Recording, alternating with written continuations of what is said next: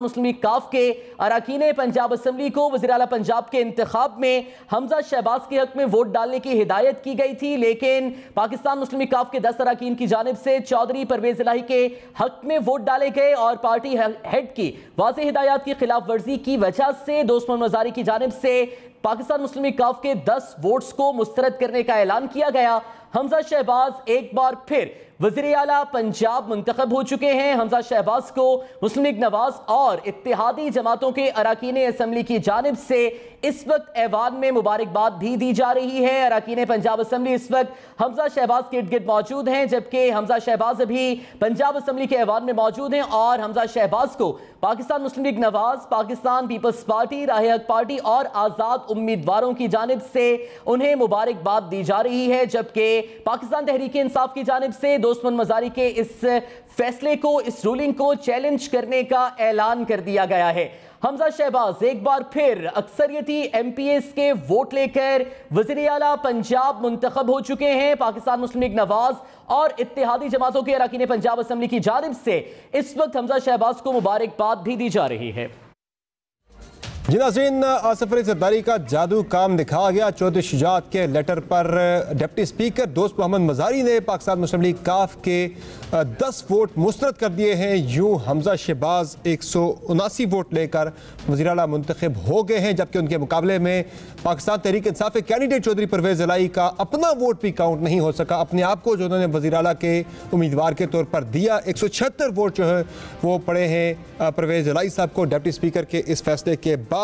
और बड़ी गर्मा गर्म बहस हुई डिप्टी स्पीकर दोस्त मोहम्मद मज़ारी की राजा बशारत के साथ, लेकिन उस पर दोस्त मोहम्मद मज़ारी ने यही कहा कि चूँकि मुस्लिम लीग काफ के सरबरा चौधरी शुजात हुसैन ने लेटर लिख के उन्हें आगाह कर दिया है कि काफ लीग के अरकान जो है उन्हें हिदायत दी गई थी कि वो हमजा शहबाज को वोट दें, इसलिए उनका वोट काउंट ना किया जाए और डिप्टी स्पीकर ने 10 वोट काफ लीग के मुस्तरद कर दिए। बड़ी इंटरेस्टिंग और हैरान कुन ये बात है कि परवेज इलाही का बतौर CM अपने आप को दिया गया वोट भी, बतौर कैंडिडेट CM अपने आप को दिया गया वोट भी मुस्तरद हो गया। कुछ आप क्रेडिट तो देना, आप क्रेडिट दें। एक मिनट, जब आपने वोट लिया था यहाँ से जी तो हमने शुरू यहाँ से किया था कि दोस्त मोहम्मद लगता नहीं कि इमरान खान साहब की तरफ टिल्ट हुए, ये वहीं पे नून लीग के साथ वफादारी करके खड़े हुए हैं और उन्होंने वोट रिजेक्ट कर दिए।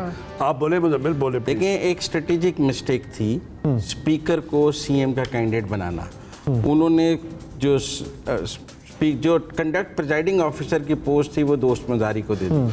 अगर आज परवेज इलाही की जगह कोई और CM का कैंडिडेट होता और परवेज इलाही चाहे पहले काफ लीग से होता और परवेज इलाही स्पीकर के कुर्सी पर मौजूद होते तो ये वोट कैंसिल ना होते। दूसरी सूरत में ये था कि अगर परवेज इलाही साहब ने इस दौरान स्पीकर से रिज़ाइन करके स्पीकर का इलेक्शन करा के वो नया स्पीकर PTI ले आई होती, उनके वोट जाता थे, तो फिर भी आज ये सूरत हाल ना होती।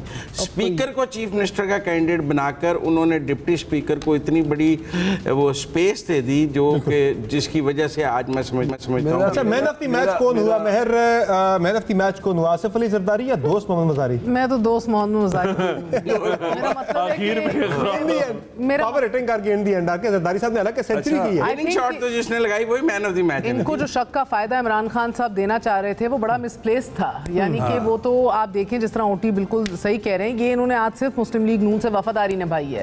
आप स्ट्रिक्टली स्पीकिंग अब चैलेंज होगा, उसी साइकिल में हम जाएंगे जो हम अभी बात कर रहे थे अदालतों के अंदर और जिस तरह अगर फैसला पावर्स दैट बी अगर उन्होंने फैसला कर लिया है तो ये एक इंडेफिनिट ले तो लाल का शिकार होगा। बट वेरी अनफॉर्चुनेट बिकॉज जो राजा बशारत खड़े होकर कह रहे थे, ना सिर्फ उनके, एक तो वो कानून को भी समझते हैं, दूसरा मंजर सियासतदान है, बाकी तमाम तर जो लीगल एक्सपर्ट्स हैं उनका यही मानना है कि जब आपके पास एक डॉक्यूमेंट्री प्रूफ है कि पार्लिमानी पार्टी ने मुत्तफिका उम्मीदवार के ऊपर फैसला कर लिया है, तो ये लास्ट मिनट एक खत मंजर आम पर लाके आप खुद को दिया गया वोट काउंट नहीं हुआ। ना 3 में ना रहे ना 13 और समझ मेरी जो एक दो अभी बात हो रही थी, जब इन्होंने वोट रिजेक्ट किए तो उन हजरात का, माहिरीन कानून का एक थोड़ा सा कह रहे सूरी तौर पे तो पार्लिमानी पार्टी का हो सकता है, लेकिन एक प्रेसिडेंट सेट हुई है जो वो साइड कर रहे हैं। वो ये कह रहे हैं कि जब ये सुप्रीम कोर्ट में जाएगा तो चूंकि डिफेक्टर्स वाले मामले के अंदर सुप्रीम कोर्ट ने एक डिसीजन दिया था, क्योंकि पे जो डिफेक्टर्स के वकला ने एक प्ली ली थी और उन्होंने कहा था कि जी, जैसे बैरिस्टर सलाउद्दीन साहब से भी मेरी बात हुई, वो ये कह रहे थे कि जब वकला ने ये प्ली ली कि जी पार्लिमानी उसकी पार्टी का कोई मीटिंग ही नहीं हुई, तो उन्होंने कहा कि इमरान खान जो है वो उनका इस्तेहकाक है और उन्होंने वो अपहोल्ड किया ACP का जो डिसीजन। तो इसका मतलब ये है कि अब जो डिसीजन जाएगा, जो भी केस तो जाएगा, जैसे मेहर भी और हम सब कह रहे हैं, राजा बिशारत ने तो चीखते चिल्लाते हुए कहा है प्रोटेस्ट के अंदर के चैलेंज करेंगे। जब चैलेंज में जाएगा तो फिर पुराना जो सुप्रीम कोर्ट का डिसीजन होगा अकॉर्डिंग टू लीगल एक्सपर्ट्स, उसमें फिर वो तौजीहात ढूंढेंगे कि अगर इसको चेंज कर सकते हैं नहीं कर सकते। लेकिन एहतजाजी तहरीक सामने है as a student of politics, और ये बहुत सख्त एहतजाजी यानी अब अदालत के लिए भी कैच 22 सिचुएशन बन रही है मारिया। देखिए जी, अदालत के लिए भी कैच 22 सिचुएशन बन रही है। बट हम जो बात यहाँ पे कर रहे थे, प्रॉब्लम यहाँ पे ये मुझे तो लग रहा है हम पॉलिटिकल सर्कस में कोई जो है वो चल रहे हैं। हर कुछ देर के बाद यही जिसका भी वोट आ जाए मैं ना मानूं की जो है वो रट लगी रहती है। एंड देन आज टेक्निकली परवेज़ इलाही जी जाते फिर भी सर्कस चलता है। सर्कस चलता रहता है, बट टेक्निकली वही जो बात हम कह रहे थे, जिसका मैंडेट है उसको मिलना चाहिए था। एंड वही जो बात बार बार at the end of the day आता है, जी इकोनॉमिक स्टेबिलिटी क्यों नहीं आ रही, क्यों नहीं हो रहा। ये जब तक ये मामला हल नहीं होंगे हम कहाँ जाएंगे। तो सिर्फ अपनी अपनी जो है वो मैंडेट्स का इस वक्त जो है वो ख्याल रखें। एक और लीगल पॉइंट, बिलावल भुट्टो जरदारी ने ट्वीट किया कि एक जरदारी सब पे भारी। बात सही है, बात सही है, बिलावल की पे बात सही है, उनके वाले नवाज शरीफ सब पे भारी। मगर देखें ये दुख है कि जरदारी साहब की सियासत बिलावल के ऊपर भी हावी रही। बिलावल को री इमेजिन और री इन्वेंट करना था पीपल्स पार्टी को, but that's another topic. The point is कि डिप्टी स्पीकर को अगर ये खत मौसूल हो जाए और पार्टी मेंबरान को ना मिला हो, इसकी लीगल पोजीशन क्या है फिर? ये डिप्टी स्पीकर की अमानत तो नहीं है कि आप लास्ट मिनट उसको लहरा के कोर्ट करके आप वोट्स रिजेक्ट कर दें। और अगर टाइमली मैनर पे नहीं मिला और अरकान पंजाब असेंबली काफ लीग के जो हैं उन्होंने ये कशमकश होते हुए पिछले 4 घंटे से तो ये वैसे गुफ्तगू है, उसके बावजूद अगर उन्होंने अपना वोट डाला है नोइंग के इसके ऊपर सवालिया निशान है, that means they were not conveyed and they thought कि हम लीगली सेफ हैं, हम लीगली सेफ हैं ये वोट डालते हुए। तो ये सलाउद्दीन साहब ने हमें ज्वाइन किया है, उनकी कानूनी राय रहते हैं। बरसी साहब बताइएगा कि अब अदालत जो है वो किस पैमाने पे इस केस को लेके, चूंकि अदालत के अंदर तो ये जाना है, ये जो सुप्रीम कोर्ट की तरफ से 63A पे रेफरेंस पे जो दिया गया था फैसला, ये जो राय दी गई थी वो उस पैमाने से परखेगी या फिर जो 63A आईन है उसके पैमाने में इसको रख के जांचा जाएगा? देखें, ये आज जो फार्सिकल एक्सरसाइज हुई है पंजाब असेंबली में, मैं समझता हूँ इसका ये डायरेक्ट रिजल्ट है जो सुप्रीम कोर्ट का अपना फैसला था आर्टिकल 63A पे।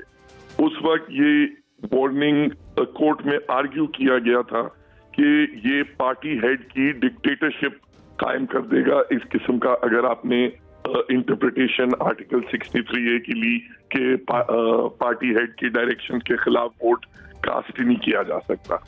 अब एक इसमें अब लीगल पोजीशन, इलीगल इशू जो उठाया जाएगा और वहाँ PTI के जो लीडर्स से उन्होंने उठाया भी है कि इसमें पार्लियामेंट्री पार्टी का कुछ फैसला था, PMLQ के जो